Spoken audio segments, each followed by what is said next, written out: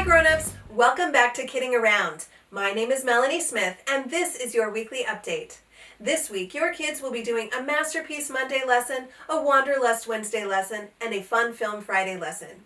On Monday we'll be talking about the poet Amanda Gorman, and your kids will get to make their very own visual representation of one of her poems, or maybe even one of their own poems. On Wednesday, we'll be traveling to Hong Kong and celebrating Chinese New Year. 2021 is the year of the ox, so your kids will get to make their very own ox lantern.